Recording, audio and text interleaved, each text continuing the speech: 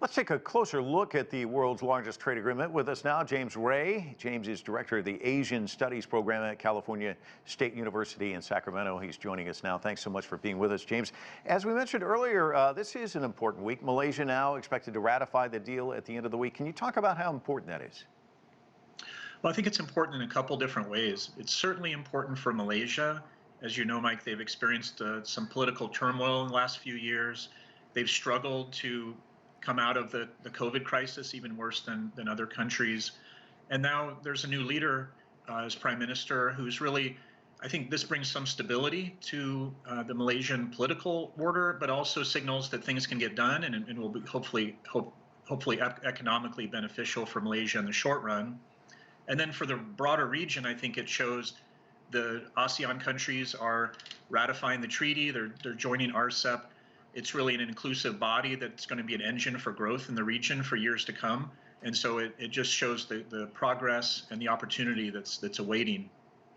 Yeah, you mentioned an engine of growth. It's interesting, the Asian Development Bank is saying this trade agreement is more important than the TPP.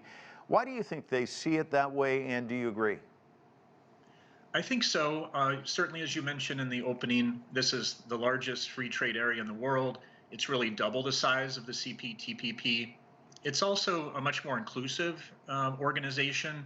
The TPP was so riven with political overtones, whether the United States was framing the TPP as an exclusionary organization that didn't include China, and then President Trump ripped up the TPP. So the U.S. isn't a member.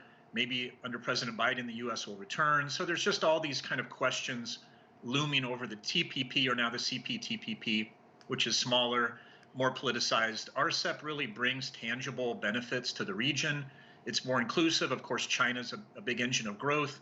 And then the natural kind of linkage, as was mentioned in the earlier segment, with agriculture and Southeast Asia as a natural resource producer, and then the refinement in Northeast Asia. So it is certainly more important. Hong Kong, an enormously important financial hub, it's put in its application to join. Can you talk about the importance of that? I think, like Malaysia, it's important both internally to Hong Kong. As we know, there's been an increase in COVID, unfortunately, in Hong Kong.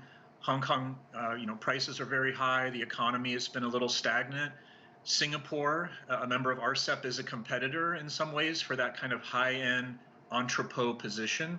And so I think this would really situate Hong Kong very well at reasserting its growth, its position as a conduit between Northeast Asia and the world. And so pivoting from internal to Hong Kong is its regional importance, its global importance as an exporter, as a financial destination that has such a well-run government that provides stability for commercial enterprises, for investment.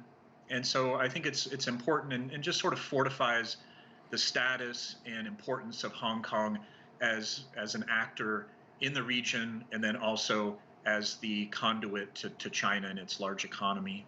James, as you know, there's all these fears cropping up surrounding what's happening in Ukraine. There's a lot of talk about food supply and prices as a result of the conflict. We do know Russia and Ukraine together provide about 30% of the world's wheat. When it comes to RCEP, can it play a role in blunting some of these concerns about supplies and prices? I mean, what role can it play there? Well, I think there's a few factors. In the long term, I think we expect the region to grow enormously, and it will provide, food supplies, industrial production, and will be an engine for growth in the long run. In the short run, of course, it's not a crisis-driven organization. It's not going to necessarily be able to step in an unforeseen circumstance like the Russia-Ukraine conflict, but certainly the food production mentioned already could backstop some of the displacement we're seeing with Ukraine and Russia's economies not being able to produce. Energy supplies also very important.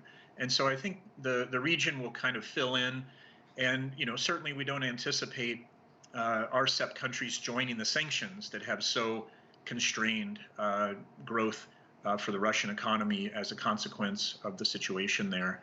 So it certainly will play a role, and I don't think it will play a political role. It will play an economic role, and one that's mostly for benefit.